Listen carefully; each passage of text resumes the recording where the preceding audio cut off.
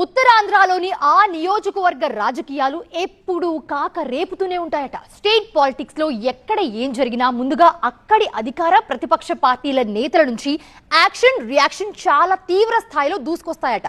ఎన్నికలకు ఇంకా చాలా సమయం ఉన్నా ఇప్పటి నుంచే యాక్టివ్ అయ్యే పనిలో ఆ నియోజకవర్గంలోని ప్రతిపక్ష పార్టీకి చెందిన మాజీ మంత్రి ఉన్నారట. దానికి కౌంటర్ ఇచ్చేందుకు పక్కా ప్రణాళికతో ముందుకు వెళ్తున్నారట అక్కడి అధికార పార్టీ సిట్టింగ్ ఎమ్మెల్యే. ఇందుకే ఎవరా నేతలు, ఏదా నియోజకవర్గం? ఉత్తరాంధ్రలోని శ్రీకాకుళం జిల్లా పలాస నియోజకవర్గ రాజకీయాలు ఎప్పుడూ హాట్ టాపిక్ గానే ఉంటాయి.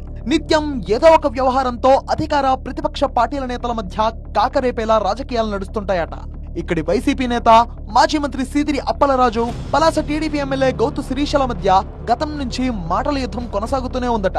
మొదట సోషల్ మీడియా వేదికగా కమెంట్లు, ఆ తర్వాత భూ అక్రమాల ఆరోపణలు, ఇలా నిత్యం ఏదో ఒక వివాదంతో ఇరు వర్గాలు కయ్యానికి కాలు దువ్వుతూ ఉంటాయట. ఈ ఇరు వర్గాల నేతల పోరు పోలీస్ స్టేషన్ వరకు వెళ్ళింది. దీంతో ప్రతిపక్ష నేతను పోలీస్ కేసులు వెంటాడుతున్నాయట. వీరి ఆరోపణలు ప్రత్యారోపణలు కేవలం ప్రభుత్వ పాలసీ మ్యాటర్లకు మాత్రమే పరిమితం కాకుండా వ్యక్తిగత దూషణలతో హీట్ పుట్టిస్తోందట. వైసీపీ అధికారంలో ఉండగా అప్పలరాజు పశుసంవర్ధక శాఖ మంత్రిగా పనిచేశారు. అప్పలరాజు శిరీష మధ్య పోరు రోజు రోజుకి తీవ్ర స్థాయికి చేరుతోందట. రాష్ట్రంలో ఎక్కడ ఏం జరిగినా దానిని నియోజకవర్గానికి అంటగలుపుతూ ఢీ అంటే ఢీ అంటున్నారట ఈ ఇద్దరు నేతలు. సార్వత్రిక ఎన్నికలకు ఇంకా చాలా సమయం ఉన్నప్పటికీ అప్పలరాజు ఇప్పటి నుంచే యాక్టివ్ అయ్యే పనిలో ఉన్నారట. అయితే ఎమ్మెల్యే శిరీష దానికి కౌంటర్ ఇచ్చే కార్యాచరణలో బిజీగా ఉన్నారట. పెట్రోల్ డీజిల్ కొరతపై వైసీపీ అధిష్టానం ఇచ్చిన పిలుపు మేరకు పలాస నియోజకవర్గంలో పెట్రోల్ బంక్ దగ్గర నిరసన కార్యక్రమం చేపట్టారు అప్పలరాజు. చంద్రబాబు సర్కార్ వైఫల్యం వల్లే పెట్రోల్ డీజిల్ కొరత వచ్చిందని అప్పలరాజు ఘాటు వ్యాఖ్యలు చేశారట.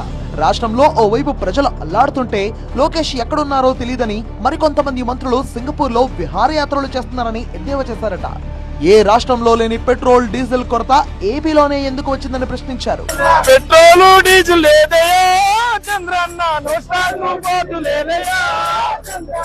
అప్పలరాజు చేస్తున్న నిరసన కార్యక్రమానికి అదే స్థాయిలో సాయంత్రానికే తిరిగి కౌంటర్ అటాక్ ఇచ్చారు Sirisha. MLA Sirisha petrol bunk దగ్గరకు వెళ్లి అక్కడ ఎలాంటి రద్దీ లేదని సాధారణ పరిస్థితులే ఉన్నాయని చూపిస్తూ వీడియో విడుదల చేశారు. మతిలేని మాట్లాడుతున్న వైసీపీ నాయకులకు పలాసలో హైడ్రామా చేసిన మంత్రికి సమాధానం చెప్పడానికి తాను పెట్రోల్ బంక్ వచ్చానని తెలిపారు. ఏది జరిగినా సీఎం చంద్రబాబు మీద బురద జల్లడం వైసీపీ నేతలకు అలవాటైపోయిందని వ్యాఖ్యలు చేశారట. నిరసన తెలిపేందుకు మంది మార్బలంతో పెట్రోల్ బంక్ దగ్గరకు వెళ్లిన అప్పలరాజు ఆయన వాహనంలో పెట్రోల్ కొట్టించుకుని వచ్చారా లేదా నడుచుకుని వచ్చారా అంటూ ప్రశ్నించారు.